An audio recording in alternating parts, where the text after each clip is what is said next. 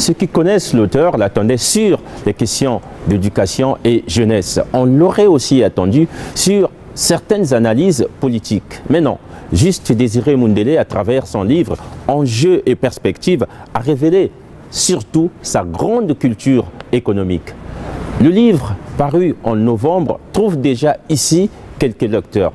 Sur la place de Paris, écrivains, économistes, chacun nous laisse ici entendre, c'est notre lecture. Il faut reconnaître à Juste Désiré Mundélé la capacité d'avoir écrit, je pense, un document qui fera date dans l'histoire politique et économique congolaise. En regardant bien depuis l'indépendance, il n'y a pas eu en fait un document de ce niveau, un essai de ce niveau, qui à la fois reprend l'historique de l'évolution économique du Congo depuis l'indépendance, même avant l'indépendance.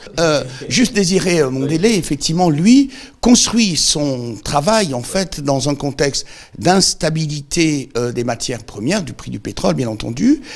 Il avance sur un champ théorique qui est assez intéressant pour comprendre les perspectives qu'il veut en fait mettre en œuvre. Soyons évitants les langues de bois. Aujourd'hui, ce qui se passe, c'est quoi? C'est que un livre comme celui-là est fait à dessein. Monsieur Mundélé a quand même une position de premier plan, nous le savons, dans notre pays.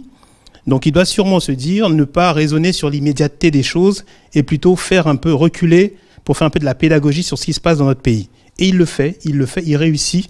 Soyons honnêtes intellectuellement, il repart depuis Youlou, il part de notre tissu économique, comment il s'est construit, et aussi comment l'idéologie politique a influé sur le fonctionnement de l'économie congolaise. Donc, le livre est écrit de manière étayée, c'est construit, mais on reste pas sur des lieux communs, mais c'est des idées qui sont là déjà, qui circulent pour ceux qui s'intéressent un peu au pays.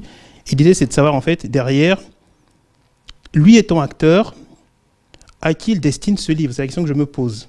Écoutant toute cette intervention formidable sur ce livre qui lance en même temps une provocation, au-delà du fait qu'on retrouve des réalités très sensibles du pays, l'économique est la base de l'évolution d'un pays. Eh bien, dans l'ouvrage, la pédagogie revient certes comme le refrain d'une chanson, mais la question pour qui et pourquoi a-t-il écrit reste de mise.